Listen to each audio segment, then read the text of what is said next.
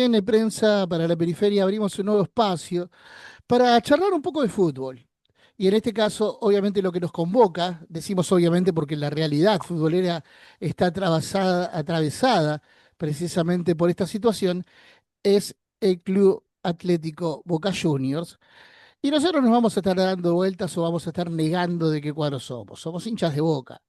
Eh, Primero porque le explicamos a nuestros oyentes de dónde hablamos y cómo hablamos, ¿no? De la misma manera que lo hacemos con nuestra línea editorial. Por eso le vamos a dar la bienvenida a alguien que conoce el mundo Boca desde adentro, además de estar ahí nomás, frente a la cancha, está cerquita, a nuestro compañero colega Diego Cesario, hombre de Alo Boca.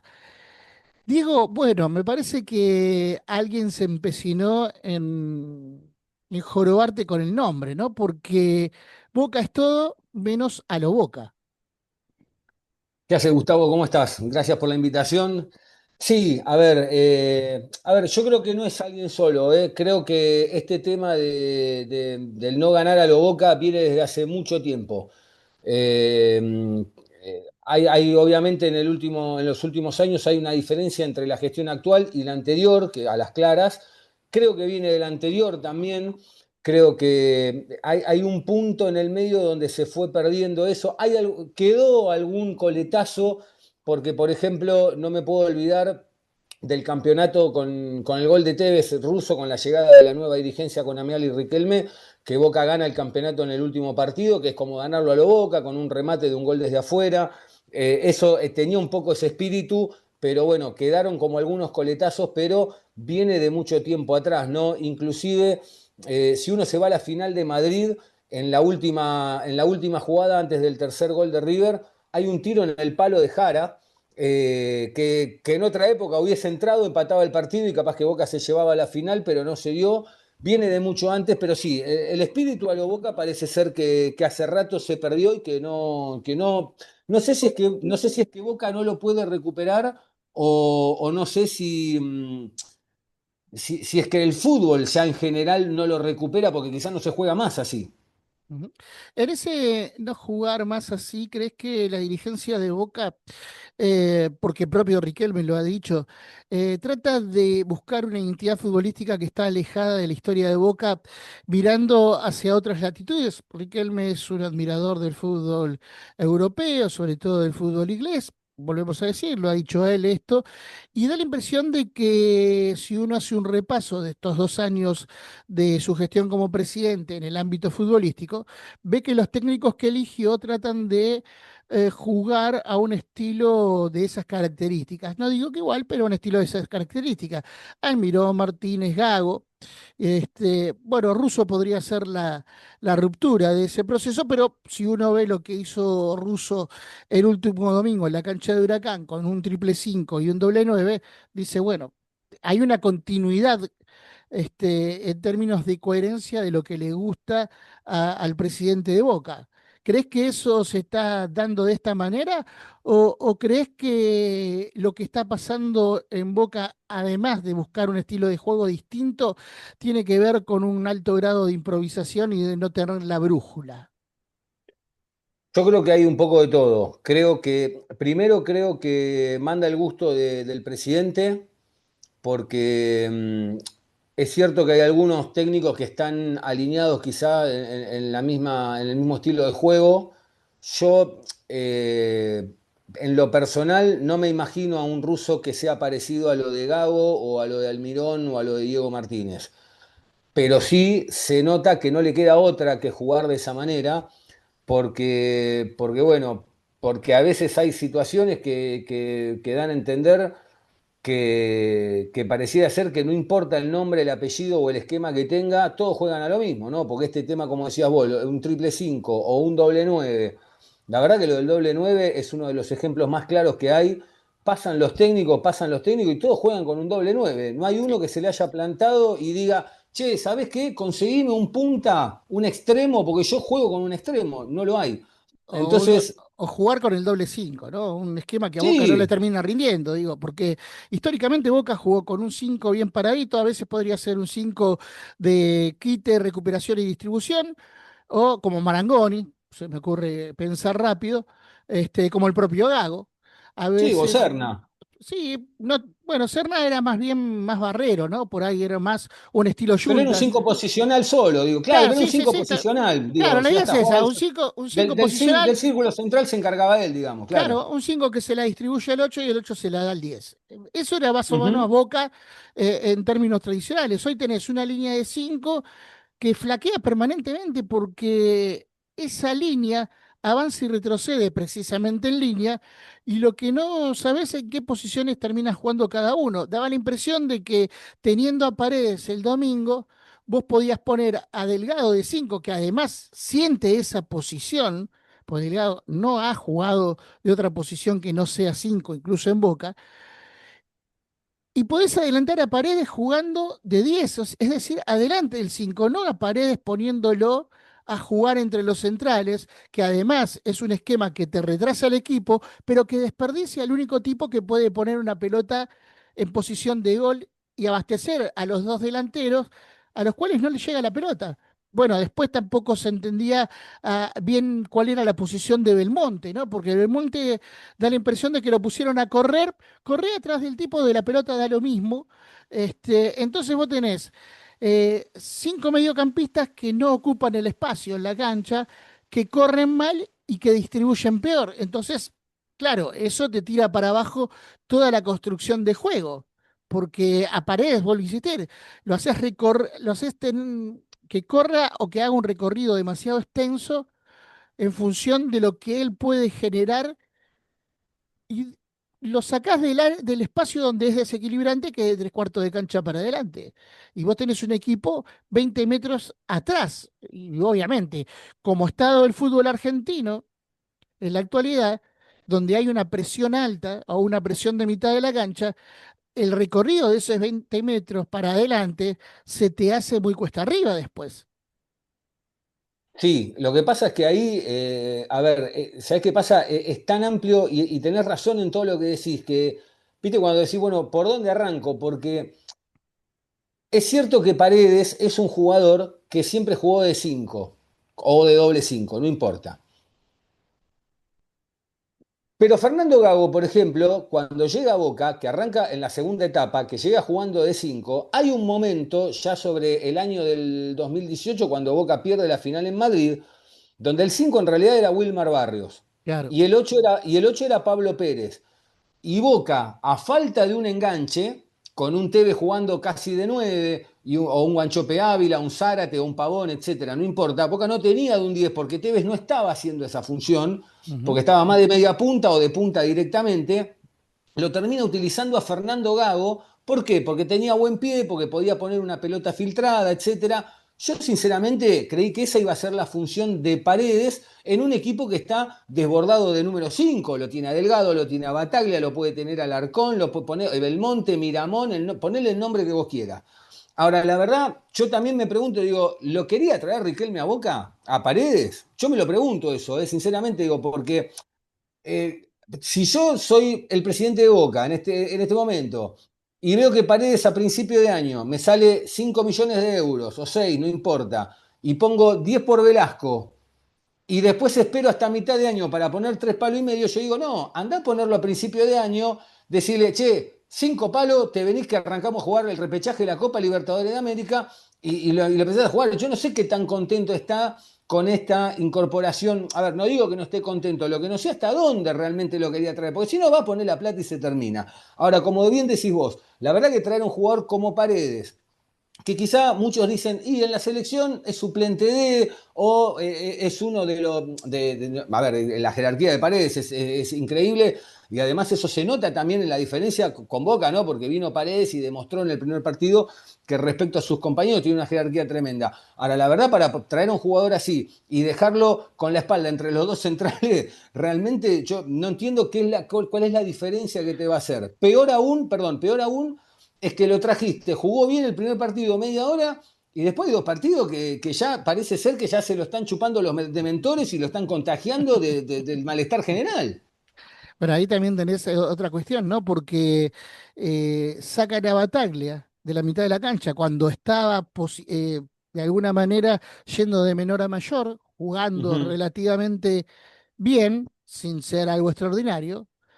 A ver, cuando decimos que juegan bien algunos, estamos hablando de que no son superlativos, ¿no? Que están dentro Mm. de un marco de mediocridad determinada Normal, y un poquitito más normal. arriba, claro.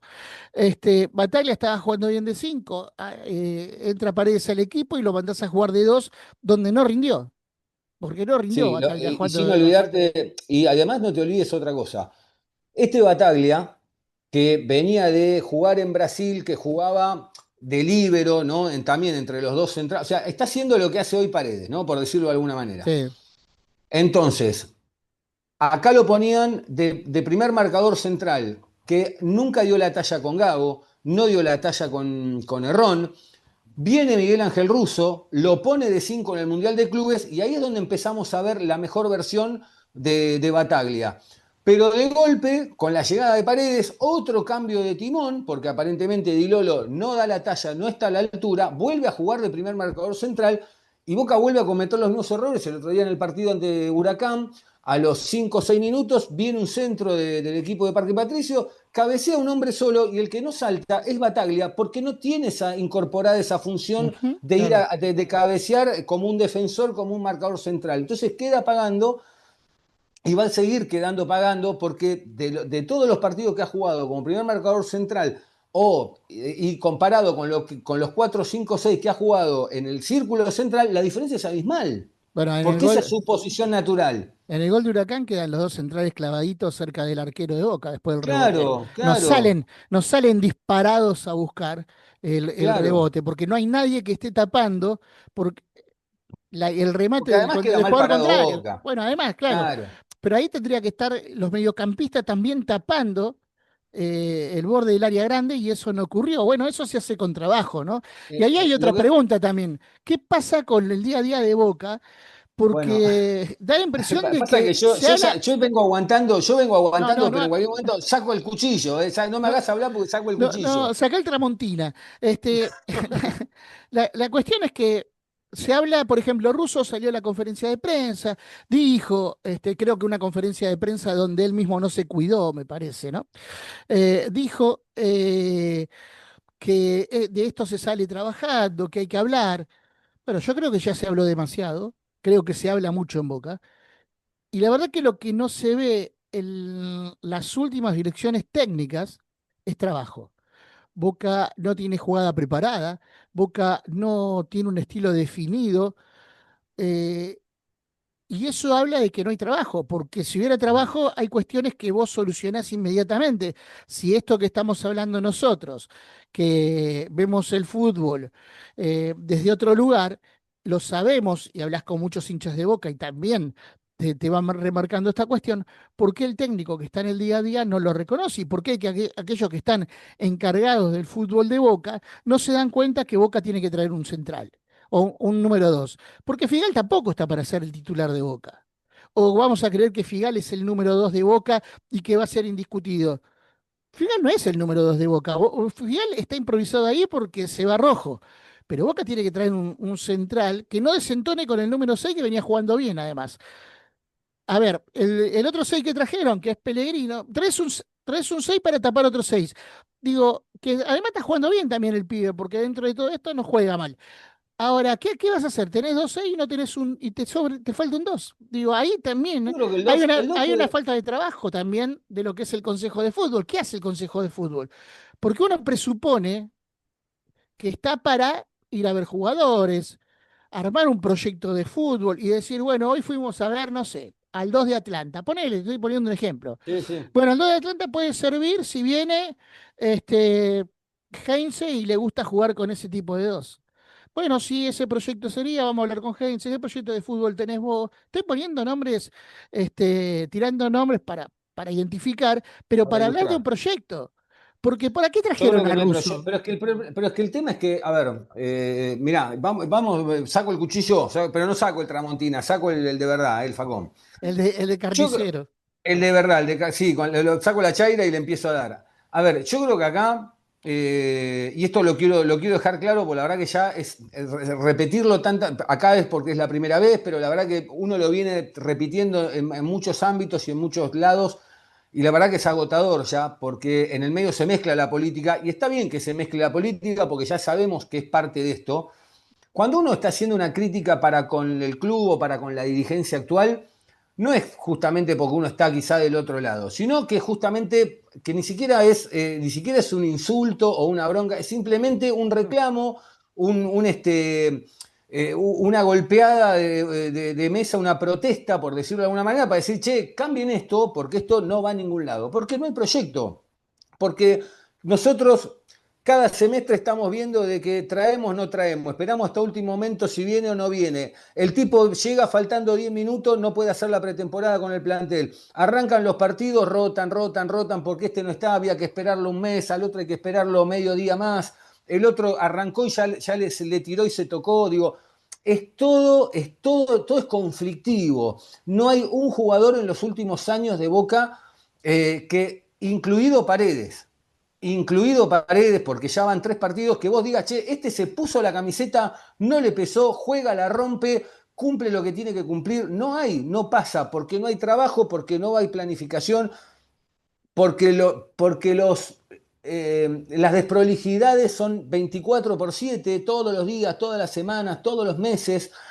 Sabíamos que había un Mundial de Clubes hace 3 años, que sabíamos que había un Mundial de Clubes. ¿Qué prepararon en 3 años? Bueno, nada, tuvieron que a último momento esta pregunta que me hacía vos, ¿no? Ir a meter el manotazo de ahogado contra Miguel Ángel Russo, que era el último hombre que había traído una Copa Libertadores de América.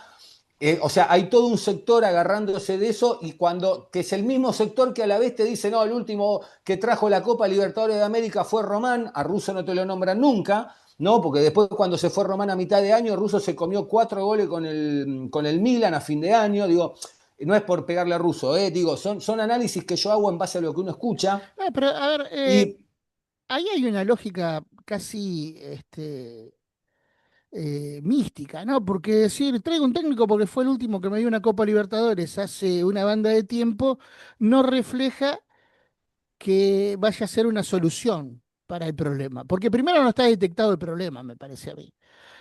Hay yo aquí creo que una... el problema está detectado. Queda mal decirlo, parece. Yo creo que el problema está ¿Cuál detectado. es? ¿Cuál es Y el el problema? problema, el problema es Juan Román Riquelme. O sea, el problema es Juan Román Riquelme, porque acá estamos hablando todos de que el problema que es Merentiel, que aquel, que esto, que el otro, pero la realidad, volvemos al punto de inicio.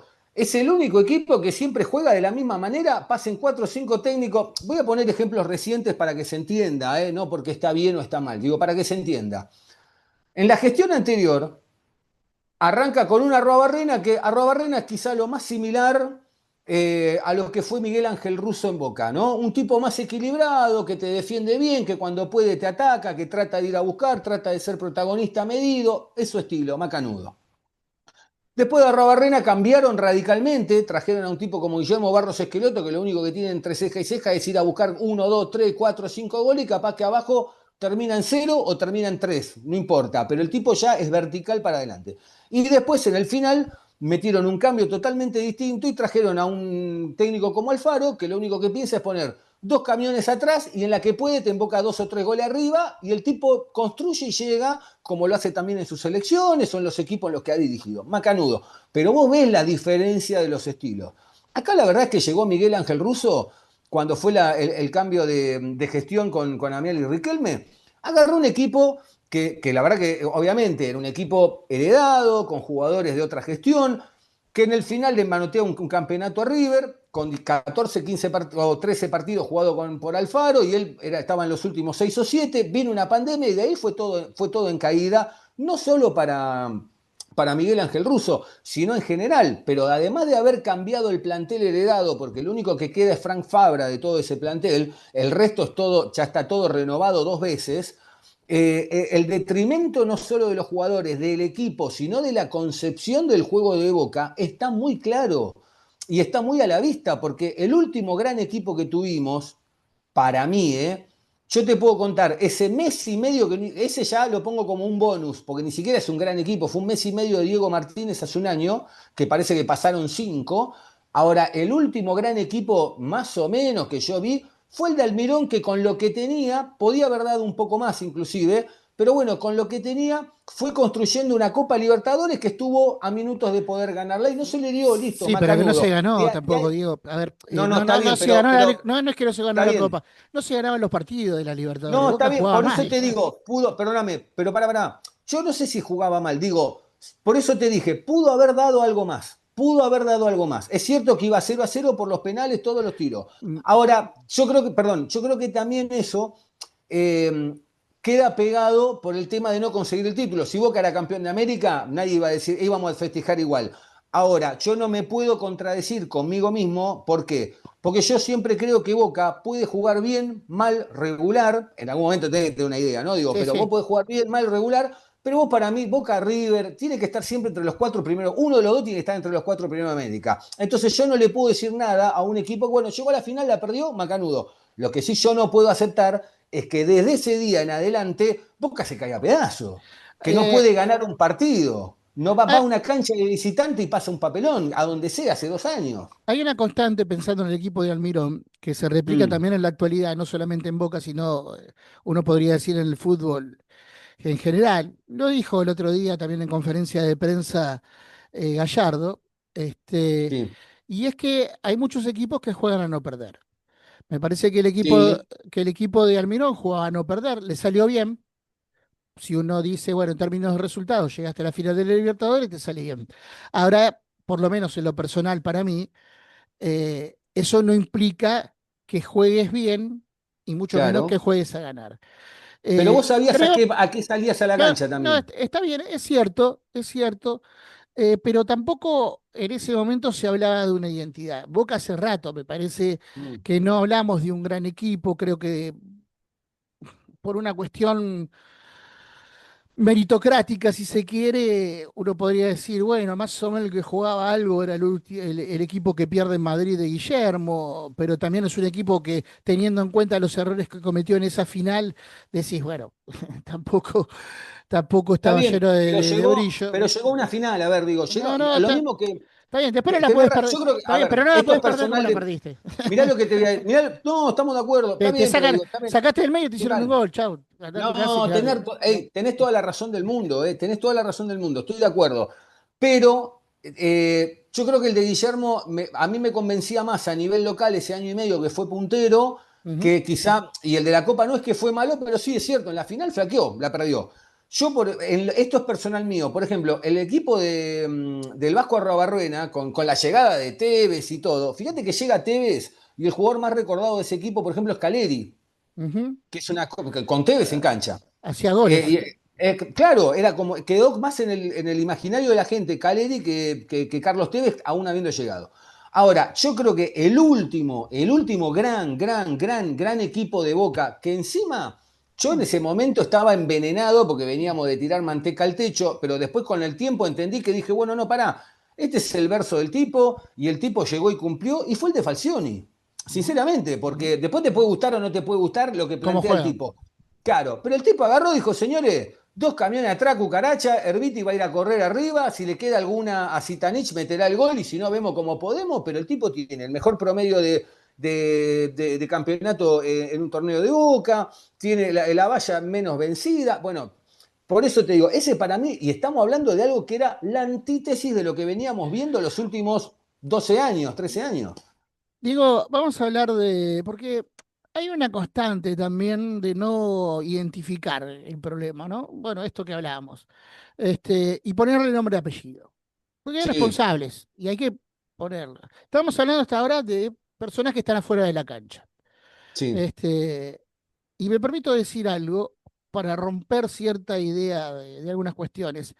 Es muy difícil cuando vos fuiste un buen jugador con un peso importante en la historia de un club, trasladar tu idea de juego al campo de juego, porque una cosa es lo que vos pensás y cómo vos resolverías como jugador a otro jugador que va a resolver de una manera distinta porque no sos vos.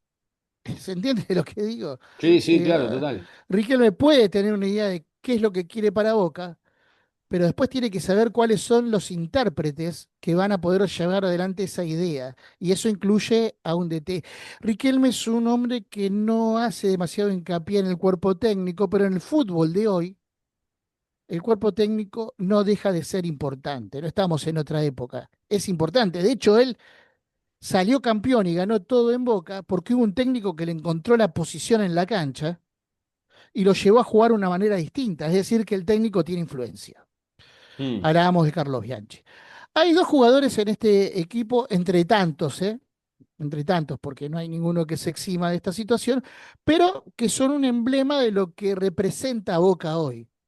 Uno es Cavani y el otro es Velasco, por lo menos para mí. Jugadores que no están dando la talla, jugadores que, bueno, Cavani ya tiene un largo recorrido en Boca y que da la impresión, por lo menos en el caso de Cavani, que ya no va a poder dar más de lo que dio. Vino tarde, vino grande y ya está. Cavani, todo lo que tenía para dar, no lo va a dar en Boca. Puede ser que tenga una racha goleadora, pero no más allá de eso. Lo hemos visto errar goles muy difíciles de errar, pero también me pasa a mí que lo veo torpe en la cancha. Veo cierta torpeza y eso me parece que tiene que ver con, con lo físico también, ¿no? Es una impresión muy, muy, Y la muy mía. desesperación y la presión también. Bueno, Ya a esta pues altura le corre, no, no, tenés razón, digo, pero también le agrego ya la presión a esta altura, porque ya el murmullo es que ya está en deuda, ¿no? te hace en Boca y sabés lo que Claro, digo. está en Porque, deuda. porque también decimos, no, los jugadores de Boca tienen presión. Cuando venís a Boca, sabés que esa palabra te la tenés que grabar en algún lado No, porque vas a pero, tenerlo. Y el otro es, claro, pero, perdón, y sí. déjame que siga honesto, y el otro es Alan Velasco. Mm. 10 palos verde pagó Boca por Alan Velasco. Se suponía que era un tipo que iba a ser desequilibrante de tres cuartos de cancha para adelante, y uno podría decir, bueno, viene de un fútbol liviano, sin marca, le cuesta adaptarse al fútbol argentino, pero ya lleva un recorrido y la verdad que vemos que no puede gambetear a un cono. Y, sin embargo, te dicen que los entrenamientos el tipo la rompe. No hace goles, no es desequilibrante, no tira pases, no da pases. Le Eh, pesa, te- no, le rebota la pelota, le pesa, y le va a este, pesar. bueno, tenemos dos factores ahí de dos jugadores que terminan siendo un lastre para Boca. Si a eso le Mm. sumamos el bajo rendimiento de Zenón, que es un tipo también desequilibrante, el bajo rendimiento de Palacios, que podría ser otro desequilibrante, y al cual hay que dedicarle un párrafo especial, me parece, estamos asistiendo a un equipo que ya no va a poder dar la talla. Y si no va a poder dar la talla, la pregunta es, bueno, ¿cómo se sale de esto adentro de la cancha? Porque son estos jugadores más allá de toda la incidencia del entorno, los que tienen que empezar a resolver los partidos. Y vos ves que son jugadores que no tienen rebeldía. Después del gol de Huracán, uno decía, bueno, Boca va a tener que reaccionar y a salir a buscar el partido. Y Boca terminó jugando como si estuviera ganando 3-0 y no perdiendo 1-0. Mirá, primero yo creo que como a veces hablamos dentro del campo de juego de que el lavarropa va en el lavadero, la heladera va en la cocina y la cama va en la habitación, bueno, yo creo que en Boca también hay que hacer eso. Yo creo que el presidente tiene que ser presidente, creo que el técnico tiene que ser el técnico y creo que los jugadores tienen que jugar. Donde juegan, pero no donde los ponen, sino donde tienen que jugar porque es la posición natural de cada uno. Porque esto es lo mismo que yo venga a vos y te diga, Gustavo, escribite una nota sobre el presente de River. Y vos la podés escribir, pero no tenés todo el contexto y la coyuntura porque no seguís el día a día. Lo harás 4, 5, 6 meses y te irás metiendo con el tiempo en la lógica de River. Macanudo. Entonces, yo creo que el presidente tiene que ser el presidente y nada más.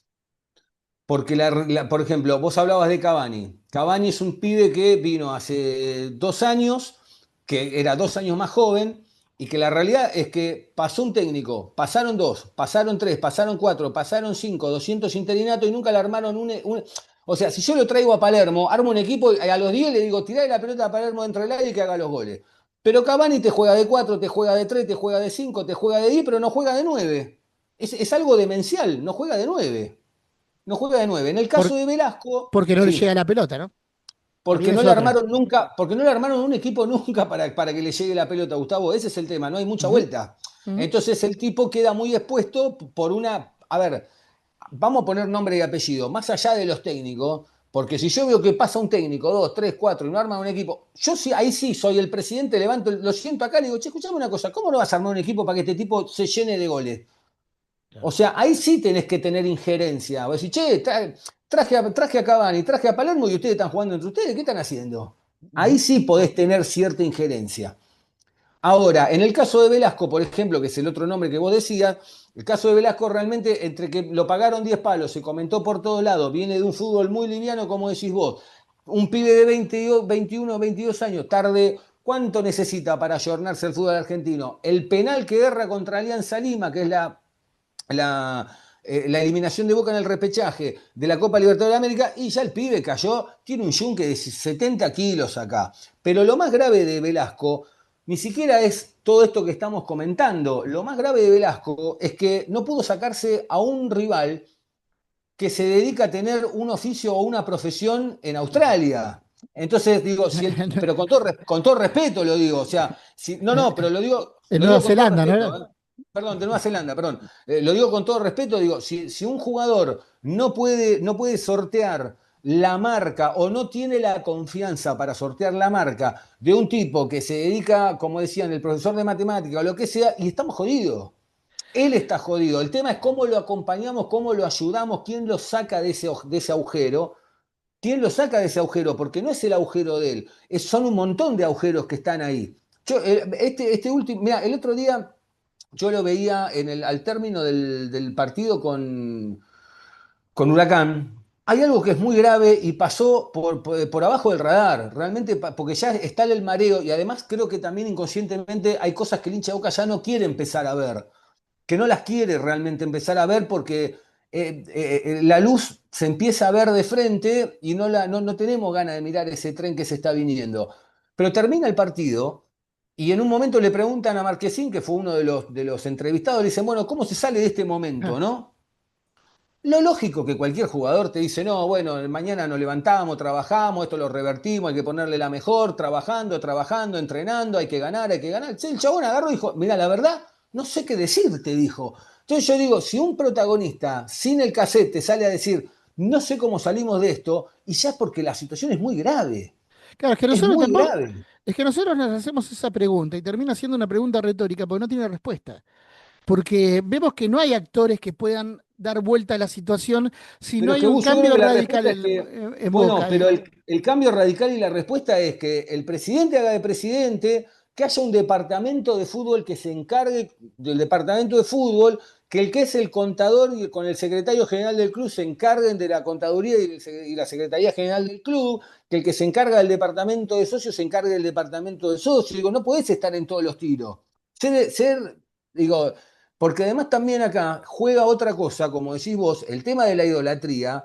Yo no lo voy a bajar nunca de ese lugar. Para mí como jugador es brillante, es de lo mejor que hemos visto. Yo creo que en cancha es lo mejor que vi. Sí, pero Con todo dilapidás, respeto por Mara. está dilapidando por- su capital simbólico, ¿no? Y es claro, un, que yo y creo que hay un queda sector un- que no lo va a bajar de ahí, ¿eh? no, no, pero Porque, queda un sabor amargo cuando vos tenés un ídolo claro. que está cometiendo tantos errores y no tiene la capacidad de autocrítica y de poder salir de la situación rápido. A ver, se ha instalado en los últimos tiempos una idea de que existe el riquelmismo en Boca, algo que se ha inventado para sostener la disputa interna en función de lo que implica la política. Y nosotros entendemos que esto es parte del juego y está bien. Ujú. Ahora, de ahí a que a Riquelme no se le puede hacer una crítica porque uno termina adhiriendo a un régimen del cual, por lo menos en mi caso, está totalmente en la vereda contraria, es un problema, ¿no? A ver, no tendría que contar esto, pero lo voy a contar. Yo rompí mi carnet de socio cuando Macri llegó a Boca, listo, no fui más a la cancha. Te perdiste los Este, mejores años. claro, no, los vi por televisión. No No, quiere sí, decir que, sí, no quiere sí. decir que no festejé, pero vi Es cosas que una no me chanza. gustaron y Pero me, a me ver, fui. pero Gustavo, Ahora, ahora, sí. ahora.